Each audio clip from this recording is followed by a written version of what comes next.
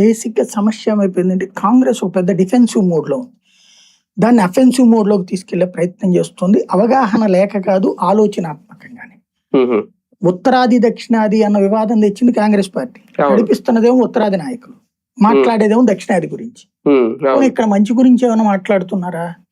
మరి అసలు స్వతంత్రం వచ్చాక బీజేపీ అధికారంలోకి వచ్చింది ఈ మధ్యనే కదా. మరి దక్షిణాదిలో సీట్లు అంతకుముందు ఏమైనా ఎక్కువ ఉన్నాయా? ఉత్తరప్రదేశ్ లో 84 సీట్లు, ఇప్పుడు ఉత్తరాఖండ్ వచ్చిన తర్వాత పోయింది. అంతకుముందు 84 సీట్లు, ఇప్పుడు తర్వాత 80కి వచ్చింది ఉత్తరప్రదేశ్. మరి ఆ రోజున ఉత్తరప్రదేశ్ కి 84 ఇచ్చినటువంటిది ఎవరు? కాంగ్రెసే కదా. అప్పుడు ఎన్నికల సంఘం అన్నారు అనుకోండి, మరి అప్పుడు ఇప్పుడు కూడా ఎన్నికల సంఘమే చేస్తుంది. తర్వాతన బీహార్కి కానీ అట్లాంటి 54 సీట్లు ఏంటి?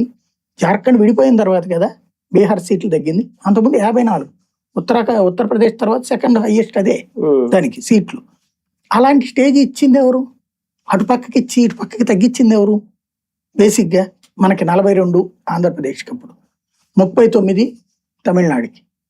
ఇట్లాగా మనకు వచ్చినాయి ఎవరిచ్చారు? ఇట్లాగా మన రాష్ట్రాలకు వచ్చేటప్పటికి కాంగ్రెస్ పార్టీనే కదా. కర్ణాటక 28 ఇచ్చింది ఎవరు? కాంగ్రెస్ పార్టీనే కదా. మరి మధ్యలో మోడీకి ఏం సంబంధం, బీజేపీకి ఏం సంబంధం? మరి అప్పుడే దేశంలో ప్రాధాన్యత తక్కువ ఉంది కదా. దక్షిణాది గెలవకపోయినా ఉత్తరాదితో గెలిచేయి.